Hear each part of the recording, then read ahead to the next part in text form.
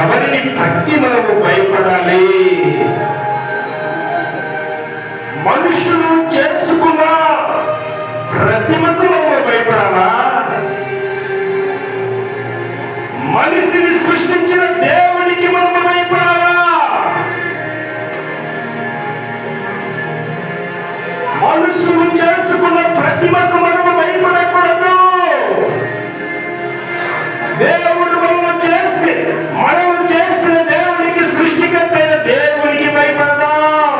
ఇది నీకు నాకే కాదు, భూమి మీద ఉన్న ప్రతి మనుషులకు చేయు హెచ్చరిక. హల్లెలూయా.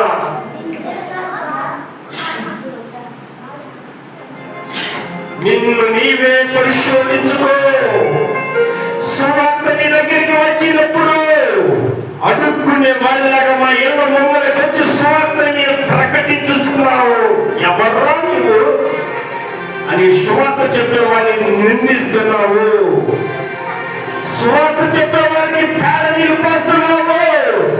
సువార్త చెప్పేవాడిని శబ్దులతో కొడుతున్నావు.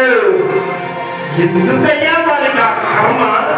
మాకు ఈ బాధ్యత మీకు చెప్పాలని సృష్టికర్త దేవుడు చెప్పమన్నాడు కనుక, దేవుని నమ్ముకున్న మీద సృష్టికర్త ఎవరు మనకు తెలుసు కనుక, సృష్టికర్తను తెలుసుకోమని మీ ఇంటికి వచ్చి చెబుతున్నారండి.